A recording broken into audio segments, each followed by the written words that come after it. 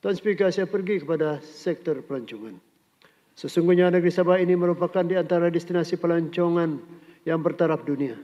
Keindahan dan kekayaan flora dan fauna, serta keajaiban alam semula jadi seperti lautan dan kepulauannya, serta gunung ganang dan hutan simpannya adalah khazanah alam yang tidak terdapat di mana-mana negeri di Malaysia.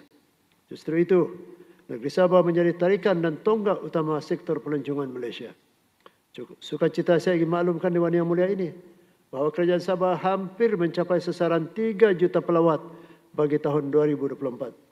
Yang mana setakat bulan Ogos, seramai 2.09 juta kedatangan pelancong telah direkodkan, iaitu peningkatan sebanyak 25.7% berbanding tempoh yang sama pada tahun 2023 dengan anggaran perbelanjaan pelancongan sebanyak 4.88 bilion ringgit. Peningkatan ini didorong oleh penambahan jumlah penerbangan negeri. Peningkatan ini didorong oleh penambahan jumlah penerbangan ke negeri Sabah daripada destinasi dalam dan luar negeri. Sehingga ke hari ini sebanyak 12 syarikat penerbangan yang menghubungkan Sabah secara terus ke 19 destinasi antarabangsa dan menawarkan 140 penerbangan seminggu dengan 25,613 kapasiti tempat duduk. Antara laluan udara ke Sabah adalah daripada Jakarta, Shanghai, Guangzhou, Bali, Manado dan Kunming. Selain daripada itu, kolaborasi bersama syarikat-syarikat penerbangan dalam dan luar negeri selaku rakan strategik bagi menambah akses laluan udara menjadi antara agenda utama kerajaan untuk memangkin pertumbuhan industri pelancongan negeri. Memandangkan 90% kemasukan pelancong ke negeri ini adalah melalui udara.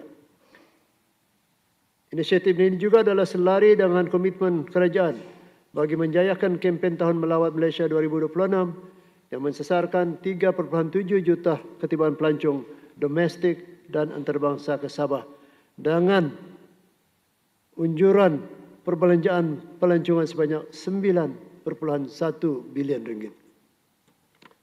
Kerajaan Sabah akan mempergiatkan usaha untuk menambah baik pengurusan alam sekitar dan pemeliharaan warisan budaya untuk terus memacu dan memperkasakan industri pelancongan di negeri ini.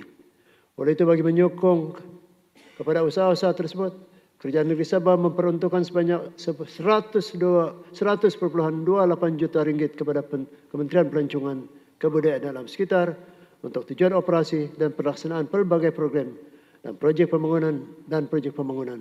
Daripada jumlah tersebut, 10.84 juta adalah bertujuan untuk membangun aset-aset pelancongan, termasuk 6.5 juta untuk projek pembangunan pelancongan luar bandar yang memfokuskan kepada eko pelancongan serta pelancongan berasaskan komuniti.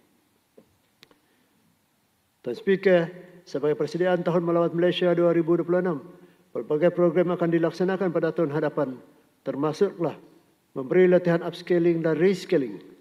Saya ulang, memberi latihan upscaling dan reskilling kepada pengusaha luar bandar agar berupaya menyediakan perkhidmatan yang berkualiti. Ini selaras dengan matlamat pembangunan modal insani yang menjadi salah satu tonggak utama belanjawan ini. Selain daripada itu, bantuan dari aspek promosi serta pemasaran juga akan diperhebatkan lagi dengan pelbagai kempen dan acara-acara signature kepada negeri Sabah. Ini bukan saja akan menarik pelancong, tapi juga memberi peluang kepada komuniti tempatan untuk terlibat dan menikmati manfaat daripada industri pelancongan. Tuan Speaker, memartabatkan khazanah budaya serta warisan etnik negeri ini adalah salah satu elemen yang menjadikan antara produk pelancongan yang menjadi pilihan pelancong. Justru itu, sebanyak 19.8 juta diperuntukkan kepada Jabatan Museum Sabah untuk perbelanjaan operasi dan menaiktaraf infrastruktur warisan khazanah untuk tujuan pelancongan.